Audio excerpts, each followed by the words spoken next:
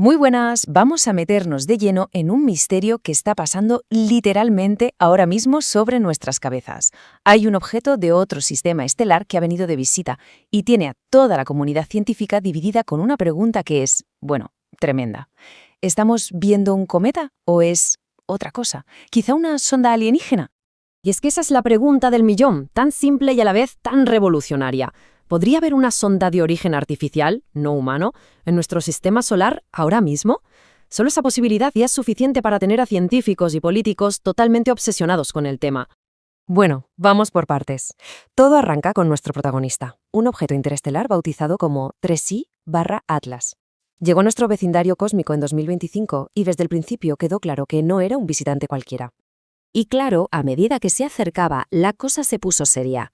El Congreso de los Estados Unidos empezó a pedir información, a exigir respuestas, pero se encontró con un silencio por parte de la NASA que la verdad resultaba bastante desconcertante.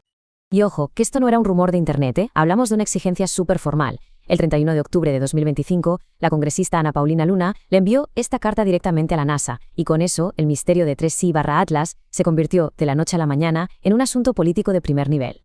¿Y qué pedían exactamente? Pues vamos, lo pedían todo. Querían que se publicaran las imágenes de altísima resolución de la sonda MRO, que nos darían la visión más clara del objeto hasta la fecha. Pero no solo eso, también datos del rover Perseverance, del Hubble, del James Webb. Incluso se planteó desviar la sonda Juno para que fuera a echar un vistazo de cerca. Y aquí es donde la frustración de la gente se disparó. Porque, a ver, tienes una petición formal del Congreso de los Estados Unidos y la respuesta es el silencio. Pero luego Kim Kardashian pregunta por el tema en redes sociales y el director de la NASA le contesta al momento. Esta diferencia de trato, como os podéis imaginar, no sentó nada bien. Y la frustración no era solo del público, ¿eh? La comunidad científica estaba que trinaba.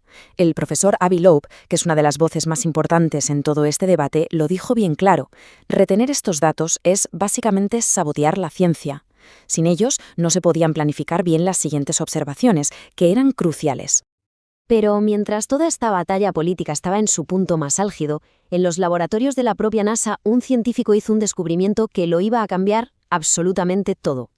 Para entender lo que encontró, tenemos que hablar de un concepto clave: la aceleración no gravitacional. Suena a algo muy técnico, pero en realidad es sencillo. Es cuando un objeto se mueve de una forma que no se puede explicar solo con la fuerza de la gravedad. O sea, que algo más, una fuerza desconocida, le está dando un empujoncito extra. Y así fue como lo detectaron. Los científicos calcularon la ruta que el objeto debería seguir basándose solo en la gravedad del Sol. Pero cuando observaron su paso más cercano, el perihelio, notaron algo muy raro. Al salir de su órbita alrededor del Sol, su trayectoria real se había desviado un poco.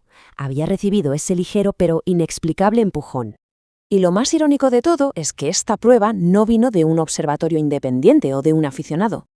Quien detectó este movimiento tan raro fue David Farnokia, un ingeniero del Jet Propulsion Laboratory, el JPL, o sea, de la mismísima NASA. La prueba definitiva venía de dentro de casa.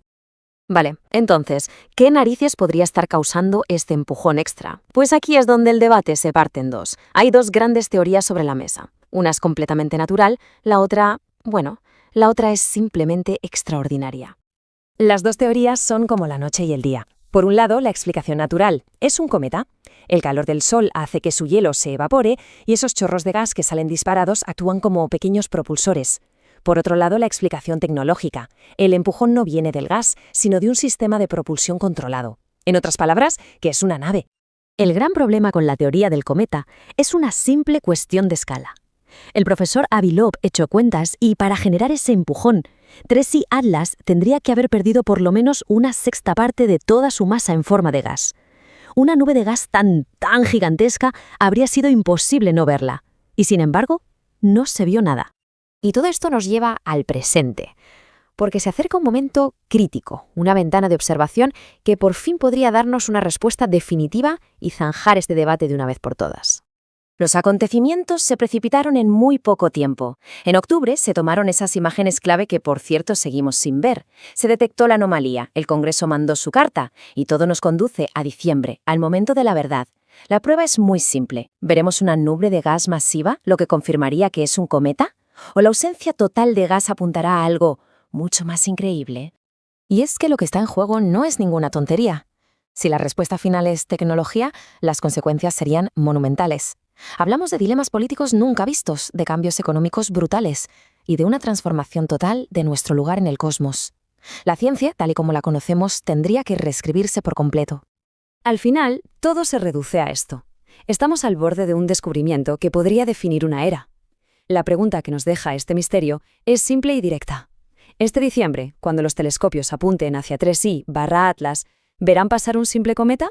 ¿O seremos testigos del momento exacto que cambiará la historia para siempre?